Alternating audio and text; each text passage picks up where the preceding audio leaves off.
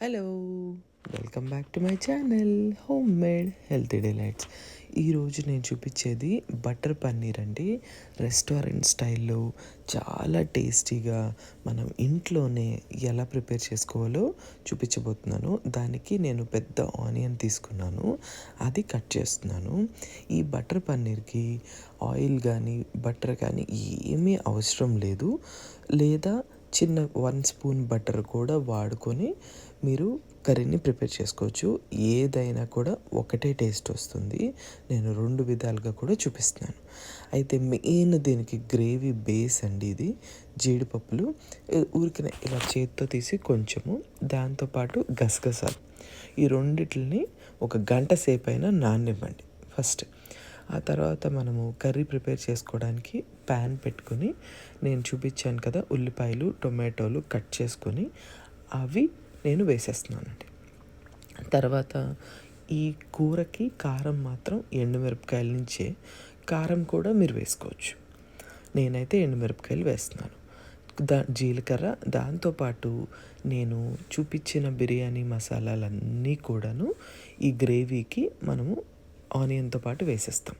నేను డిస్క్రిప్షన్ బాక్స్లో కూడా మీకు క్లియర్గా ఇస్తాను, చూడండి.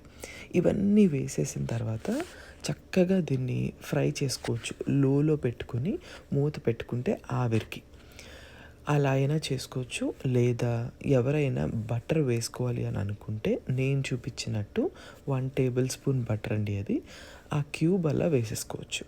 టేస్ట్ చాలా బాగుంటుంది. మీరు స్కిప్ చేయాలన్నా కూడా చేసుకోండి, ఏమీ తేడా రాదు. నేను చెప్పినట్టే మూత పెట్టేసి చక్కగా లోలో పెట్టేసి నేను ఉడికించేసుకున్నాను. అవి కొంచెం మెత్తగా అయితే చాలు, అంతకుమించి అక్కర్లేదు.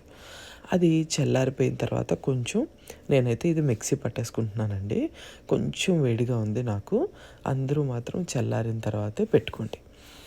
లేదు అంటే మనకు అది చిందుతుంది, అది చాలా పెద్ద పని అవుతుంది కదా, అదనమాట. ఇప్పుడు దీంట్లోనే అన్ని మసాలాలు వేసేస్తాను. సరిపడినంత సాల్ట్, చిటికెడు పసుపు, 1/2 స్పూనేనండి అల్లం వెల్లుల్లి పేస్ట్, అస్సలు ఎక్కువ వేసుకోవద్దు. ఈ జీడిపప్పు నానబెట్టిన వాటర్ ఉన్నాయి కదా, ముందు జీడిపప్పు వేసుకోండి. ఆ వాటర్ని సేవ్ చేసుకోండి, పడేయాల్సిన అవసరం లేదు. వాటితో పాటు గరం మసాలా వేసాను నేను. ఒకవేళ ఎండుమిరపకాయలు వేయలేదు అన్నవాళ్ళు కారం వేసుకోండి. ఇది చక్కగా మనకి మంచి పేస్ట్ లాగా పట్టేసుకున్నాం. ఇక్కడ చిన్న టిప్ అండి, నేను ప్యాన్లో ఎప్పుడైనా ప్యాన్ వేడిగా ఉంది అని అన్నప్పుడు మనకు వెంటనే ఇలా గ్రేవీ లాంటిది వేసేస్తే మొత్తం చిందిస్తుంది కదా. అందుకని ఒక చిన్న గ్లాస్ నీళ్లు పోసుకొని అప్పుడు గ్రేవీ వేసుకుంటే అస్సలు చిందదు. ఆ తర్వాత ఈ గ్రేవీకి వాటర్ పడతాయి అని మీకు అనిపిస్తే, నాకైతే పడినాయి, అందుకే నేను కొంచెం వాటర్ వేసుకున్నాను. ఈ గ్రేవీ మాడకుండా మనం చక్కగా మూత పెట్టుకుని ఉడికించుకోవాలి, ఇది ఇంపార్టెంట్. ఎక్కువసేపు ఏం పట్టదండి, ఆల్రెడీ ఉడికిపోయినాయి కాబట్టి. కొంచెం టైం తీసుకొని మంచిగా అది బాయిల్ అయిన తర్వాత నేను పన్నీర్ పీసెస్ యాడ్ చేస్తున్నాను. ఫ్రై చేయాలి అని అనుకున్న వాళ్ళు కొంచెం ఆయిల్ వేసుకొని ఫ్రై చేసుకోండి.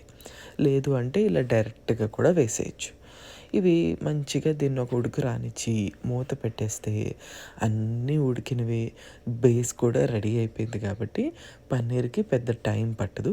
పన్నీర్ మెత్తగా అయ్యేంత వరకు ఉంచుకొని మనము స్టవ్ కట్టేసుకోవడమే. అంతేనండి, paneer curry, butter paneer ready అయిపోయింది. దీనికి ఒకసారి కొంచెం సాల్ట్ సరిపోయిందో లేదో చూసుకొని చిటికెడు షుగర్ అయితే వేసుకోండి, టేస్ట్ బాగుంటుంది. మనం చక్కగా చపాతీలకి, నాన్స్కి ఈ కర్రీ రెడీ అయిపోయింది. నేనైతే ఇలాగా ఉల్లిపాయలు పెట్టుకుని తింటాము, టేస్ట్ చాలా బాగుంటుంది. అంతేనండి, రెడీ అయిపోయింది. Thank you, bye.